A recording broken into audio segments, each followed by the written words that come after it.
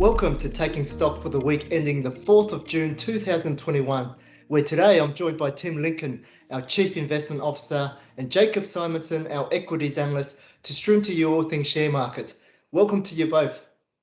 Yeah, g'day Kien, g'day Jake, and hello everyone. Hope you're all safe and well. Well, Victoria's back in lockdown, but the market has continued to power ahead, and that's driven by strong commodity prices and better than expected March quarter GDP figures of about 1.8%, and that compares to consensus expectations of 1.5%. And just remember that this figure was already revised up recently from 1.1% following positive economic data as well. And the main contributions to the economic recovery was the business investments such as machinery and equipment, and that was helped by government tax incentives. Also, household construction and consumer spending was also strong, as we outlined in the Australian Budget Edition video. These areas of the market provide further earnings ammunition to our star stock exposures across the building materials and retail stocks that we have in our portfolios.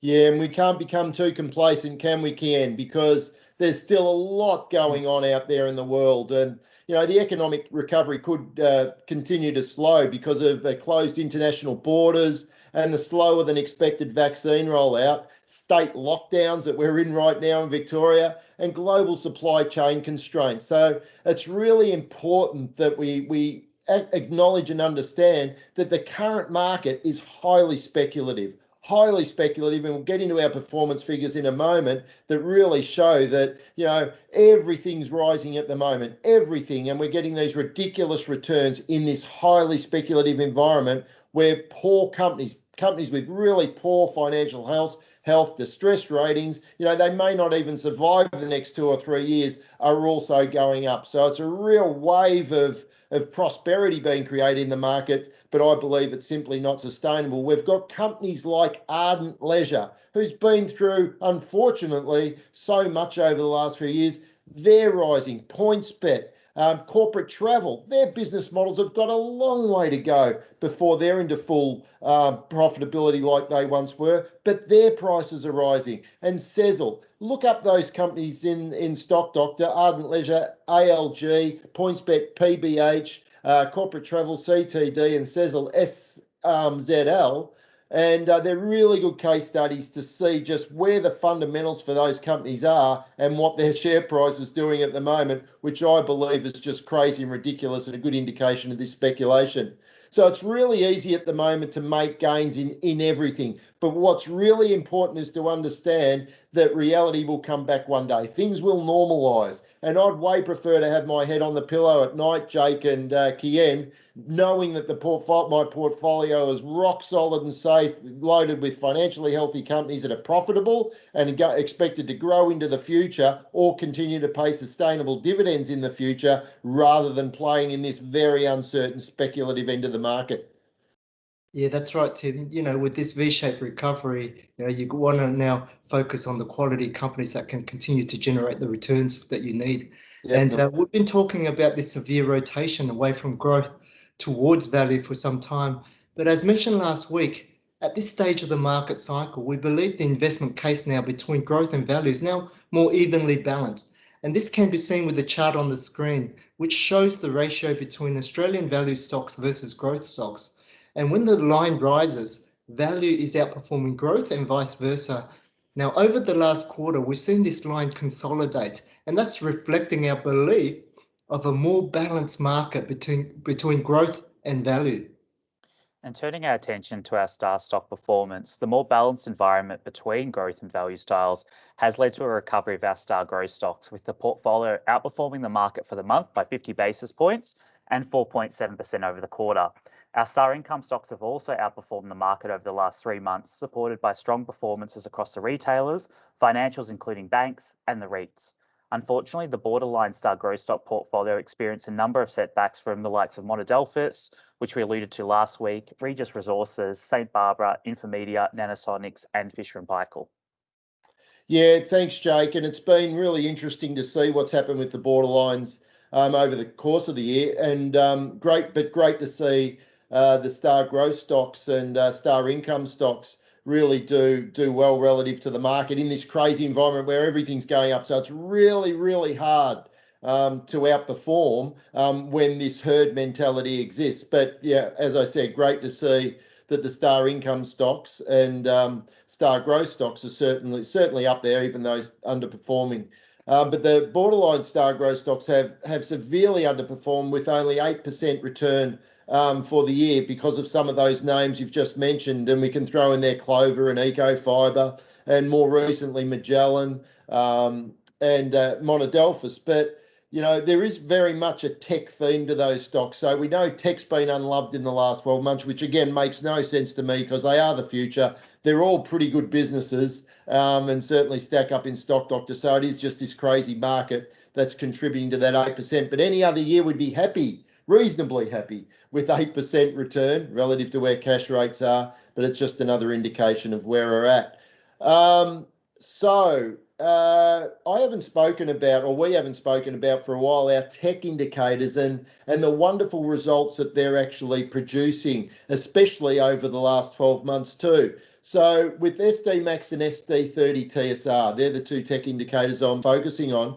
And if we just look at how they've actually performed with the borderline stocks at the moment, even though as a collective group, the borderlines without applying tech indicators have underperformed, as we've mentioned, you can see there that if you applied SD30TSR to it, you would have actually got a 19% return because you would have removed some of those stocks that have fallen more than 30% over the last 12 months from your portfolio. So that's really doing a lot of extra lifting to get that performance back.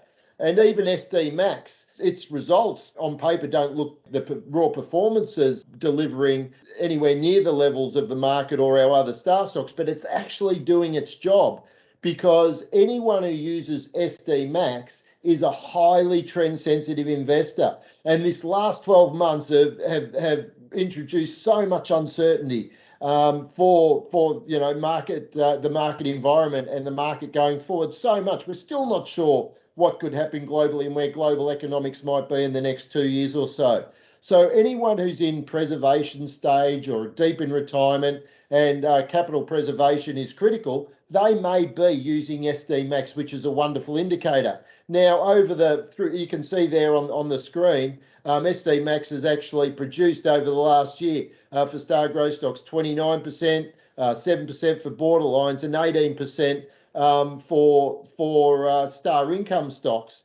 And over the longer term, those figures drop off. But as I said, it's actually doing the job because it's allowing you to move the cash while you ride through this environment while still getting a return on your investment as some of those stocks start to recover. So it's doing its job. SD30TSR is doing a brilliant job for those that are moderately trend sensitive. So if you are in those buckets of trend sensitive or highly trend sensitive, I really recommend you have a good look at those two indicators, and they're easily applied in Stock Doctor. Yeah, thanks, Tim. And as you mentioned, you know, with interest rates still quite low, you know, with the RBA keeping interest rates on hold at 0.1%, it just makes sense, you know, to still continue to jump into the markets. And even with the SDMAX indicator, you know, that's generating better than cash returns at the moment. Okay, let's take a look at some of our star stock updates for the week. And one, St. Barbara, you know, at St. Barbara, the gold stock, they announced that they have withdrawn production guidance from its Simberi operations in Papua New Guinea. And that segment represents around 29% of their total revenue. This withdrawal, though, comes on the back of this death at its mine and also a failure of a deep sea pipeline used to discharge waste. Yeah, thanks, Kien. And following this announcement, we did make the decision to remove the stock from our borderline star growth stock universe due to the uncertainty in the production profile over the short to medium term, making it difficult for sentiment of the stock to improve, even as gold prices have found a bit more support of late. As most investors would be familiar with, the company has been marred by production problems, mostly out of its control, especially with its Gwalia mine. Longer term, we believe the value proposition, especially with earnings growth expected to rise strongly in FY22 on the back of higher gold prices and a normalisation in production volumes. But for now, with the short-term earnings uncertainty, we've decided it's prudent to sit on the sidelines. Yeah, and we in the Lincoln Australian Growth Fund don't hold any gold exposures at the moment.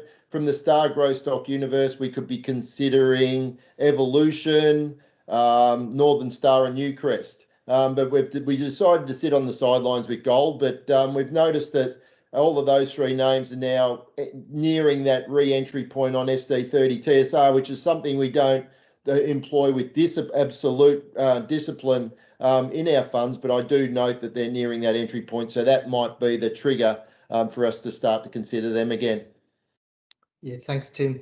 Now let's turn our attention to one of our smaller technology exposures, borderline star growth stock Infomedia. And that's an auto parts and service platform provider. And they confirmed the completion of the Simple Part acquisition. And that's an e-commerce platform in the US. They also provided revenue guidance of between 95 to 96 million, which is slightly below market expectations. Now, remember Simple Part, they generate about 10 million in revenue compared to Infomedia, which has around 94 million in revenue. And currently the market is anticipating earnings growth to recover quite strongly from the detraction experienced this financial year. Yeah, and it was very interesting, Kien, that on the day of the announcement, it was certainly well received by the market with the share price climbing 13%. But then the following day, it was down 9%. And look, to us, that really highlights the shorter term volatility in stocks with smaller market capitalizations and IFM's capitalizations around $500 million. Not only that, over the last 12 months, we have seen the stock fall around 13%. That does include dividends, and that's due to that rotation away from growth towards value stocks. Yeah, and also that you could also throw Infomedia into a bit of a tech play too, Jake. So I suppose they're in that bucket as well that we know has been really oversold over the last 6 months, especially. But with the Lincoln Australian Growth Fund, unfortunately, we can't invest in Infomedia because they're just a little bit too small and not the liquidity there that we need in order to take a fulfilling position at about $800,000 traded every day in the stock, just a little bit small for us being an institutional investor. But it is great to see from a Stock Doctor member perspective and a DIY investor perspective that John Rubenstein and members of the board hold stakes in the stock, which provides further conviction and confidence for our members and investors that they've got skin in the game and continue to back their own horse, which is great. Currently, John Rubenstein holds around 0.9 of all stock on issue. Yeah, and on the theme of tech, another company that provided an update is communications and metals detection business Codan. It looks like the company is selling its subsidiary Minitech to Caterpillar for 14 million US. And this business specializes in delivering technology for underground mining operations and currently only represent about 3% of Codan's total revenue. And Kien, it does make a lot of sense for them to focus their efforts on those communication and metal detection segments, which are generating higher returns for investors. Remember in February, they acquired Domo Tactical Communications and Zetron, which allowed them to access the likes of defense intelligence and emergency service communities with longer term growth opportunities. These businesses are expected to contribute to earnings over the next 12 months and should lead to upgrades to its valuation, which does appear a little bit expensive at the moment. Yeah, it's a wonderful story of evolution, isn't it, Codan? Gee, I remember a few years ago, they were really just focused on gold detectors and the like, and in Africa, that was their main distribution place. So political risk and a whole heap of other things created doubt in one's mind, but they continue to evolve beautifully, which is great to see.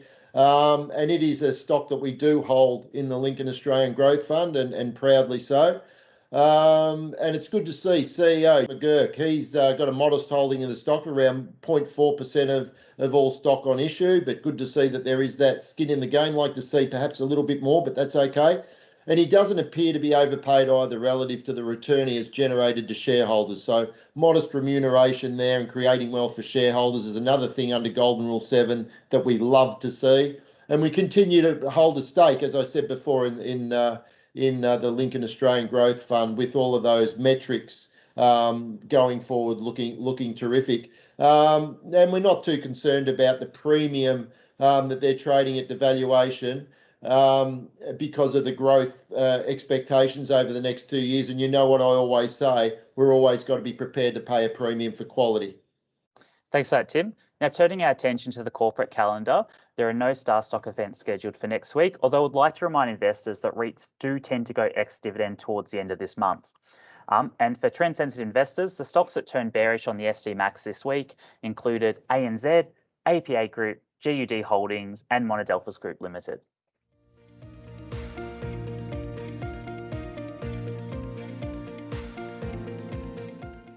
This week for Under the Microscope, we want to take a look at Star Income stock, Rural Funds Group, a REIT focusing on Australian agricultural assets such as cattle feedlots and almonds and orchards as well.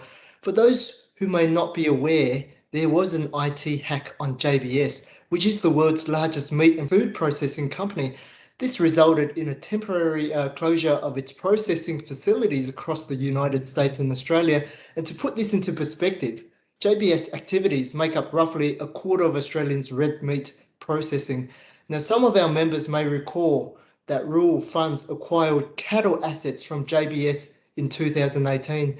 Put simply, Rural Funds is the landlord who owns the cattle assets, while JBS purchases cattle that are raised on the land. And given the close working relationship between the two companies, there may be concerns that this could have an impact on the future cash flows and dividends of Rural Funds. And we feel the attack on JBS is an isolated affair, as Rural Funds is purely the landlord and therefore does not have any operational exposure to JBS. As such, the volatility in meat pricing should not impact Rural Funds earnings or cash flows. Hence, we do not anticipate a change in the sustainability of the group's above market dividend yield, which is circa 4.5% at the moment. Yeah, and also investors may notice that there is a decline in operating cash flows over the next 2 years from 14 cents per share to 12 cents per share. But this is due to the sale of poultry and almond assets, and it's not reflective of the company's operations. Although the forward dividend payout ratio appears high at above 90%, this is not unusual for a REIT that pays most of its operating cash flows out in distributions. In addition, the sale of the capital-intensive poultry assets, that lowers the group's ongoing maintenance and capital expenditures, and that should also assist in supporting the dividend. And another interesting point to highlight is that against the backdrop of higher inflationary expectations, Rural Funds agricultural assets may also benefit from capital gains, as farmland prices have historically provided a strong hedge against inflation. Farmers may benefit from higher food prices as long as they can control their input costs. This could result in higher earnings and improved ability to pay higher rent. As a landlord, Rural Funds can benefit from higher rental growth and operating cash flows, which will support dividends. On the capital side, higher rent could also lead to higher asset revaluations, which could offer further upside for unit holders.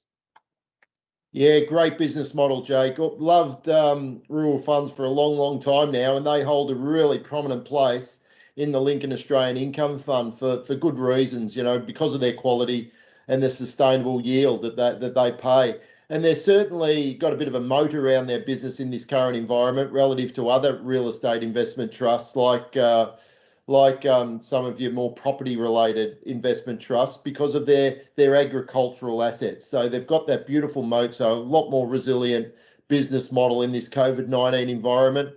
And it's great to see that the short interest that was there because of accusations of creative accounting a couple of years ago, the short interest has now dropped right off from around 6% at the high, which is 6% of the registry trying to short the stock, to now around 1%. So it's great that particular negative feeling is dissipated. But we backed the stock all the way through because of what we believe to be that underlying quality, and believe that those accusations were false, as they've now proved to be. So that's another big positive. You can see that under Golden Rule 4 in Stock Doctor. And they're due to release their June quarter dividend at the end of June, which is going to be around 2.8 cents per share in regard to that payout. So check out the ex-dividend date in Stock Doctor 2.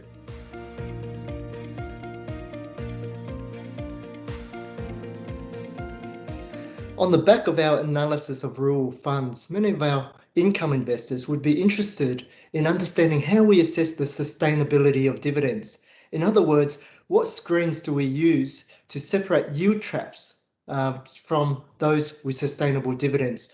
Of course, firstly, we need to compare the gross dividend yield to the market, ensuring it's an attractive dividend yield for income investors, inclusive of also franking credits.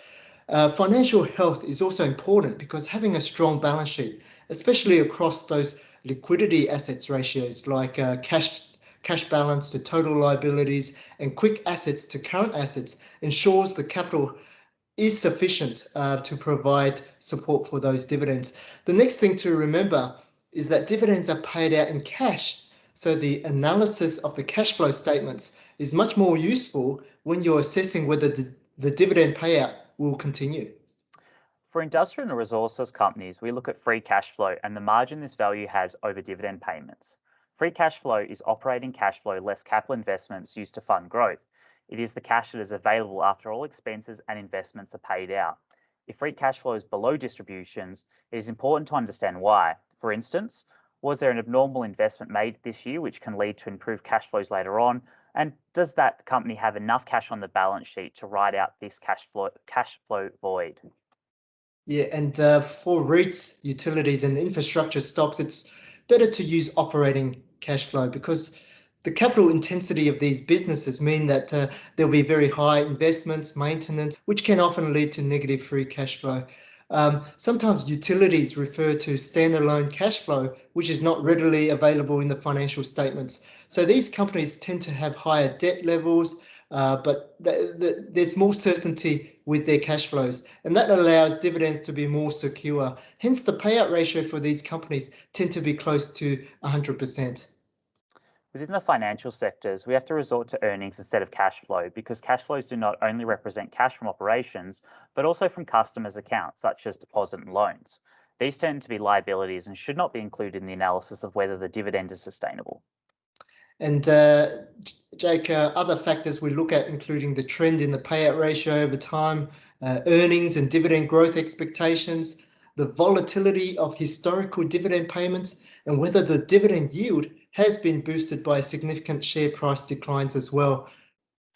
Great stuff, guys, because when members and ourselves in the Lincoln Australian Income Fund want to construct portfolios of high quality dividend stocks, it's just so important that all of the metrics you've covered there are apparent, and it's the different models, the different assessment of the sustainability of yield, the different metrics across the different models relative to sectors is so important, and just an indication of the level of testing and work we do behind the scenes to make sure that we do have relevant factors and models, and again relative to the type of company that the business is.